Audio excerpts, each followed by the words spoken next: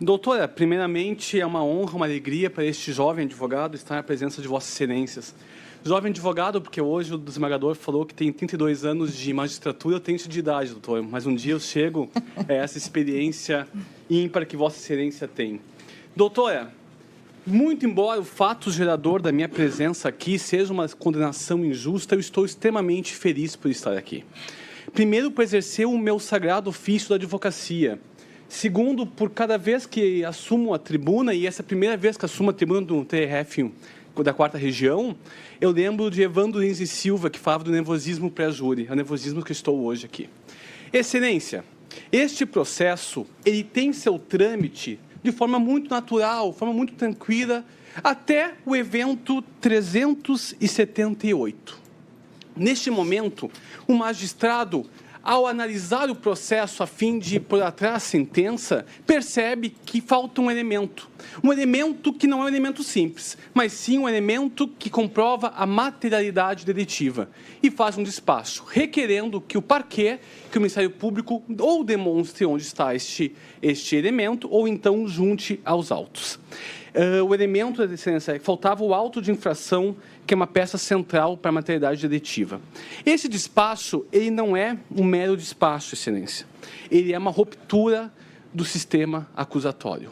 Excelência, com toda a vênia e com todo o respeito que o magistrado de piso merece, inclusive tem outros processos com ele e é um magistrado exemplar, neste processo, neste caso específico, requerer que o Ministério Público demonstre as provas ou então junte provas a qual ele não tinha encontrado no processo, pois realmente, ao meu parecer, não estavam juntadas aos autos, demonstra que ele saiu da sua função jurisdicional e veio para a função de acusador, Excelência.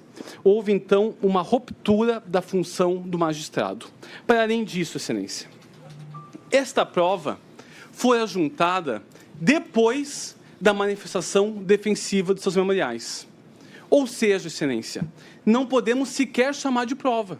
Porque prova é tudo aquilo que é trazido em contraditório e ampla defesa. Já tinha acabado o processo. Nós estávamos esperando tão somente a prestação da sua sentença, quando veio o despacho. Ou seja, esse advogado, na verdade, o advogado que me antecedeu na causa, entregou a resposta à acusação sem elementos de materialidade, participou da audiência sem elementos de materialidade, participou de todos os atos de instrução sem elemento. A minha cliente depôs em seu depoimento sem elemento de materialidade e foi entregue aos memoriais sem um elemento. Excelência, com toda a vênia, este processo, essa denúncia sequer deveria ter sido recebida. E foi recebida, instruída, julgada, processada e minha cliente está condenada. Está condenada. Outra coisa, Excelência, que me trouxe uma certa tristeza, não tem uma palavra melhor para utilizar. Quando o magistrado pede no evento 378, que se junte aos autos, este advogado, que ainda trabalhava com o doutor Fabrício Vecchio, que também está neste processo, nós percebemos que havia algo errado e peticionamos. Qual é a nossa expectativa de direito? Nossa expectativa é que o magistrado chamasse o Ministério Público e, depois de analisar argumentos da defesa e da acusação, tomasse uma decisão sobre estar ou não estar essa prova válida. Mas, pelo contrário, Excelência, veio a sentença.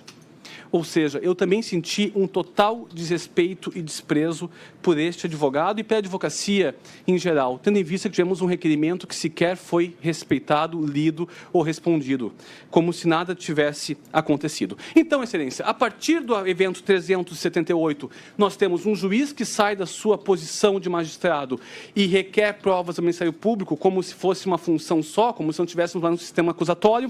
Nós temos aqui um juízo que fundamenta sua decisão em algo que não foi trazido no contraditório e na ampla defesa, tendo em vista que já tinha acabado a instrução criminal, e nós temos ainda um desrespeito com a advocacia, tendo em vista que nossos requerimentos não foram sequer analisados. Entre mais, Excelência, eu sei que vai parecer até um pouco infantil, e um dos motivos de eu atuar pouco é que eu sou professor e acabo me dedicando muito mais à academia do que à advocacia, mas estou tentando mudar aos poucos. Não tão bem quanto Vossa Excelência, doutor, mas ainda estou indo. O aluno do primeiro semestre do direito, não bom, o piorzinho deles, sabe que ainda existe o indúbio pro réu, Excelência. Se eu chego no fim de um processo e percebo que falta materialidade, já acabando a fase de instrução, nós temos um caminho só, Excelência. Havia um caminho só para seguir do ponto de vista constitucional. E esse caminho não era requerer provas a uma das partes. Por fim, Excelência, adentrando ao mérito da questão, esse processo, ele nasce tendo em vista que, supostamente, as atividades exercidas pela minha cliente seriam do anexo 4 do Simples. E ela colocou esse no anexo 3. Assim, pagando menos tributos. Aí entendeu-se o parquê por bem, que aí estava presente o suprimir ou reduzir tributos da Lei 8.137. Entretanto, Excelência, se nós lemos o artigo 1º, o parágrafo 1º, perdão, omitir informação ou prestar informações falsas à autoridade fazendária. Isso, Excelência, não houve em nenhum momento.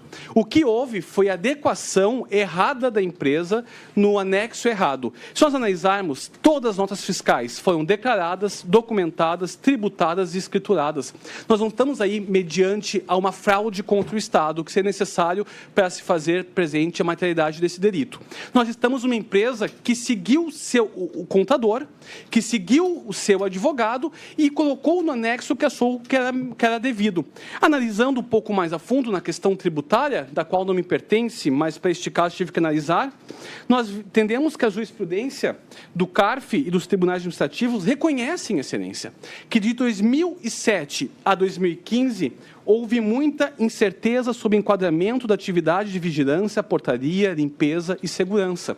Na verdade, Excelência, houve ali tão somente um equívoco no momento de enquadrar a empresa e não houve nenhum tipo de omissão ou prestação de declaração falsa. Pelo contrário, foi, até eu analisando, eu não sei nem se não seria crime impossível, porque tudo foi declarado e tudo foi demonstrado, né? O que houve ali foi uma infração tributária que deve ser discutido no âmbito do administrativo, tributário e em execuções civis, não nesta corte.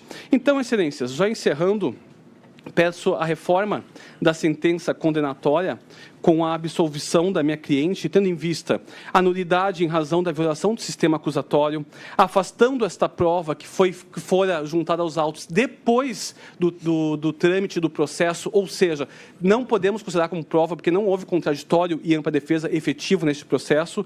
E, por fim, Excelência, por falta de dolo e também da tipicidade penal, requer a absolvição da minha cliente. Obrigada, doutor Daniel.